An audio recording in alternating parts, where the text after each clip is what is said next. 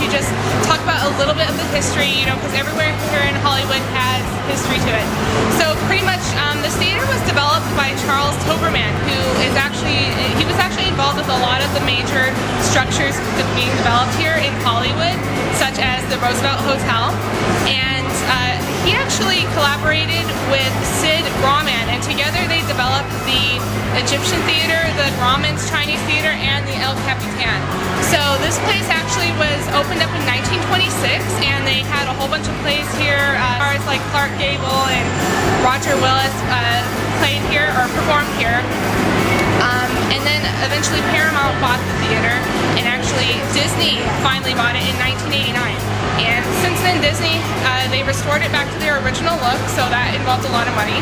But they also have pretty much premiered all of their major movies here at the El Capitan, and today it's used as a major Disney theater pretty much. So I'm really excited to see Alice in Wonderland. We'll let you know how it goes.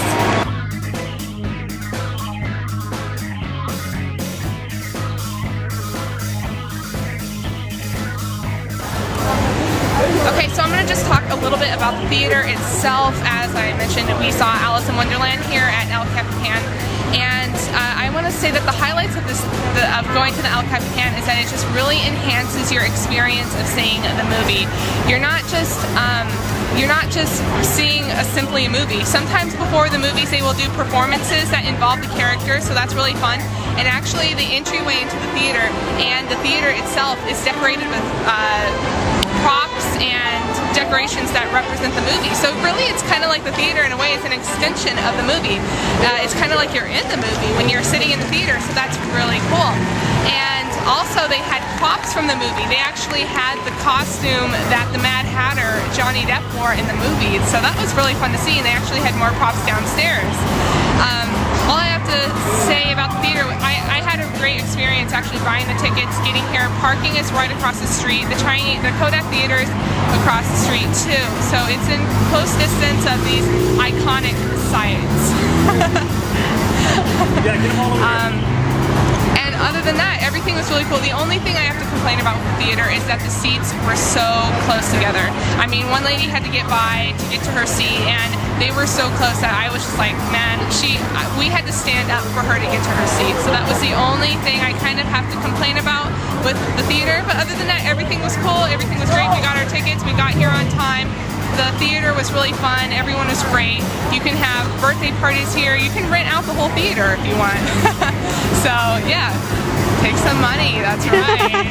Nikki just pointed that out to me, my camera person today. So yeah, just check out El Capitan.